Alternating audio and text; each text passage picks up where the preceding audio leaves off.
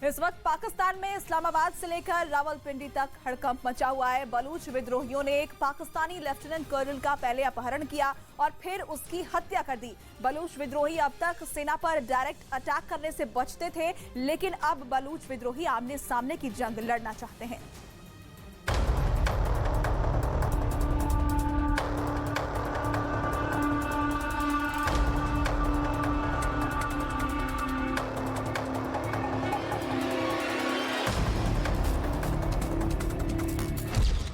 पाकिस्तान की सरहदों के भीतर बलूचिस्तान कराह रहा है। पाकिस्तानी बलूच खौल रहे हैं।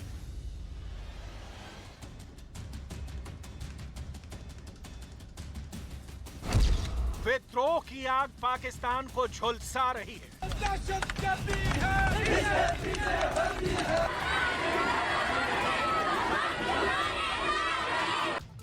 पाकिस्तान के खिलाफ बलूचिस्तान की आजादी के दीवाने निकल पड़े हैं, सिर पर कफन बांधे। आतताई पाकिस्तान सरकार के विरुद्ध अपने हकों हुकूक के लिए बलूच लड़ाकों ने पाकिस्तान सरकार की चूलें हिला दी हैं। पाकिस्तान के पावर सेंटर इस्लामाबाद से पाकिस्तान के रियल सेंटर रावलपिंडी तक मातम है। सन्नाटे में है शहबाज शरीफ और सांप सूंघ गया है आर्मी चीफ कमर बाजवा को। बलोच विद्रोहियों जिन्हें आर्मी अपने बूटों के तले रौंदती रही है, वो अब उठ खड़े हुए हैं। पाकिस्तान में गृह युद्ध छिड़ चुका है। इसकी गवाही में आपको बलोच विद्रोह की पूरी दास्तान बताएंगे, लेकिन पहले वो देखिए जिसने पाकिस्तान की जमहूरियत को बेपर्दा कर दिया है। में दहशतगर्दों के हाथों लेफ्टिनेंट कर्नल लईक बेग मिर्जा शहीद। ISPR के मुताबिक लईक बेग मिर्जा को 12 और 13 जुलाई की रात ज़ियारत के करीब अगवा किया गया था। उनके कज़न उमर जावेद को भी अगवा किया गया था। इत्तला पर आर्मी क्विक रिएक्शन फोर्स रवाना की गई। दहशतगर्दों का मंगी डैम के पास सुराख लगाया गया। फायरिंग के तबादले में 2 दहशतगर्द भी मारे गए। बाकी दहशतगर्द मुगवी उमर जावेद को लेकर फरार हो गए। 13 जुलाई रात का वक्त सेना के अधिकारी लेफ्टिनेंट कर्नल लईक बेग जयरात से क्वेटा के रास्ते पर थे। कई विद्रोहियों ने हाईवे को बंद कर दिया। लईक बेग को पहचान लिया। लईक बेग कई बलूच युवाओं के अपहरण और बलूचों के नरसंहार के लिए जिम्मेदार थे। बलूच लिबरेशन आर्मी ने लईक बेग की हत्या कर दी। पाकिस्तानी आर्मी ने माना कि उनके अफसर को मार दिया गया है। बलूच प्रवक्ता के मुताबिक पाकिस्तानी सैन्य अधिकारी ने अपने गुनाह को कबूल किया था और यही वजह थी कि उन्हें मौत की सजा दी गई है। अपना बदला ले लिया है। बलूचिस्तान के बाशिंदे सालों से अपने बीच से बलूचों के अपहरण होने की इत्तला इस्लामाबाद को देते रहे हैं, लेकिन इस्लामाबाद में सिर्फ हुकूमत बदलती है, बलूचों के प्रति सोच नहीं। नतीजा है कि अब पानी सिर से ऊपर जा चुका है। बलूच अब सड़क पर डायरेक्ट संग्राम कर रहे हैं। पाकिस्तान सरकार इन बलूचों की आजादी को कुचलने के लिए फौज का सहारा लेती है। अपने अफसर के मारे जाने से जनरल बाजवा बौखलाए हुए हैं। पूरे बलूचिस्तान में सर्च ऑपरेशन ऑन है। बलूचिस्तान की आजादी की लड़ाई नई नहीं है। बलूचिस्तान की लड़ाई लंबी चल रही है। पहली बार आजाद बलूचिस्तान की आवाज 1970 में उठी थी। हर बार बलूचिस्तान की जनता की आवाज को बंदूक के बल पर दबाया जाता रहा है।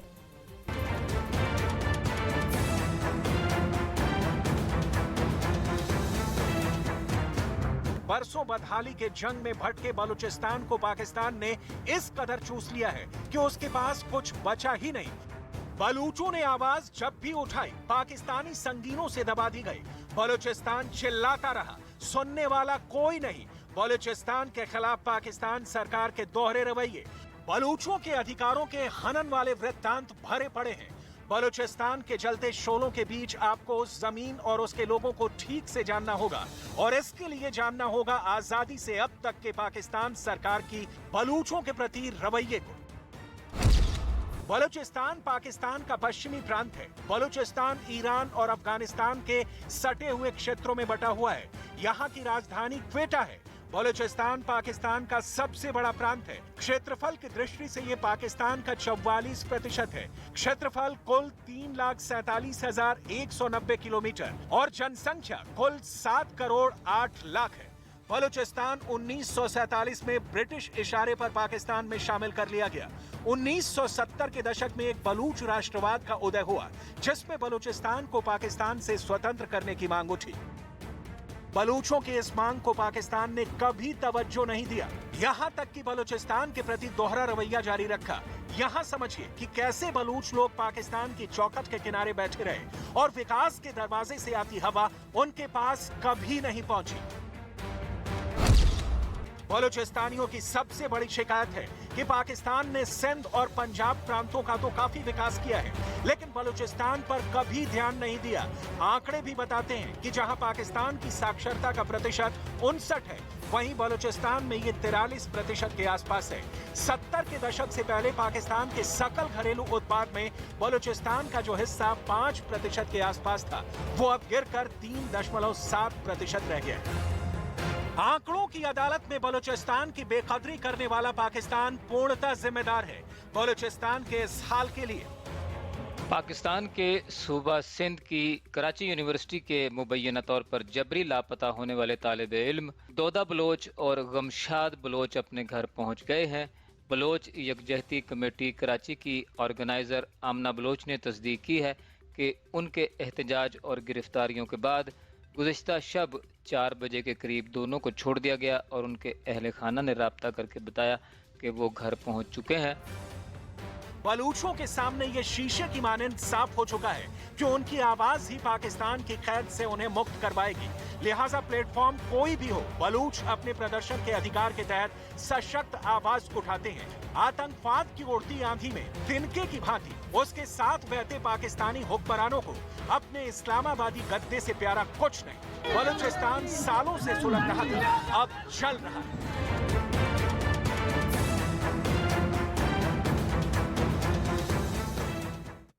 पहले तो बलूच की लड़ाई पाकिस्तान सरकार से ही थी, लेकिन बीते कुछ सालों से उसका नया दुश्मन सामने आ गया है। अब चीन भी बलूचिस्तान के लोगों के हक को डकार रहा है।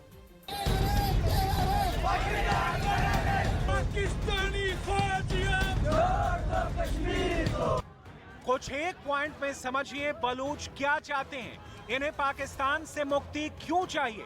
पाकिस्तानी सेना यहां लंबे समय से दमन चक्र में लगी है। बलूचों को जबरन जेलों में ठूंस दिया गया है, उन पर जुल्म ढाए जा रहे हैं। बलूचिस्तान के लोगों का कहना है कि 1948 में बलूचों की मातृभूमि पर पाकिस्तान ने कब्जा कर लिया। तब से बलूचों के प्रति सरकार का भेदभाव जारी है। बलूच युवाओं का पाकिस्तानी सेना अपहरण कर लेती है। लगे हाथ अब पाकिस्तान की मंशा समझिए कि उसे बलूचिस्तान से क्या मिलता है और क्यों बलूच बिलख रहे हैं। बलूचिस्तान अपने प्राकृतिक गैस और तेल के लिए पाकिस्तान का सबसे प्रमुख स्रोत है। तांबा और कोयला के बड़े भंडार हैं। ईरान और अफगानिस्तान से जुड़ा हुआ है। बलूचिस्तान में ग्वादर पोर्ट है। बलूचिस्तान की आज की कहानी ग्वादर पोर्ट की चर्चा के बिना अधूरी है। ग्वादर पोर्ट को चीन विकसित कर रहा है। यहाँ बलूच लोगों के लिए रोजगार के काफी अवसर हो सकते थे, लेकिन ऐसा हो नहीं रहा है।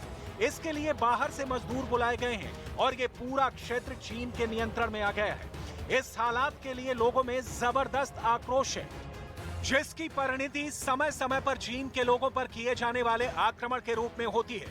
ऐसा होने पर पाकिस्तान की सरकार दहल उठती है, क्योंकि उसे चीन की सरकार को इसके लिए जवाब देना पड़ता है। बलूचिस्तान के लोग ये मानते हैं कि पाकिस्तान की सरकार बलूचिस्तान के भले के लिए नहीं, अपनी भलाई के लिए उसकी जमीन के साथ सौदा कर रही है। चीन बलूचिस्तान को हथियाते जा रहा है और ऐसे में कोई भी वीर बलूच खामोश खड़ा कैसे देख सकता है। पाकिस्तान बलूचों के अधिकार के प्रति उदासीन है, क्योंकि पाकिस्तान अभी चीन के कर्ज में इतना डूबा हुआ है कि वो इसका प्रतिकार नहीं कर सकता और शायद करना भी नहीं चाहता। पाकिस्तान की आजादी के बाद से ही बलूचिस्तान की आजादी की मांग उठने लगी। बलूचिस्तान लिबरेशन आर्मी का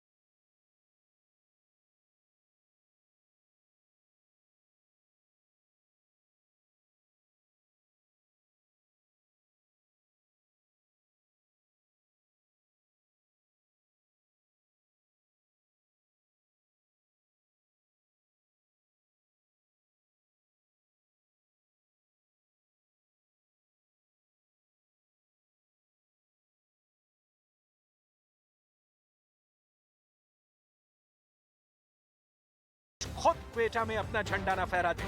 फिलहाल बलूचिस्तान में जो दृश्य दिख रहा है वो ये कि सन 1971 में बांग्लादेश का जिस तरह से निर्माण हुआ, 2022 में कहीं बलूचिस्तान का निर्माण ना हो जाए, टूटते रहे पाकिस्तान का एक और टुकड़ा।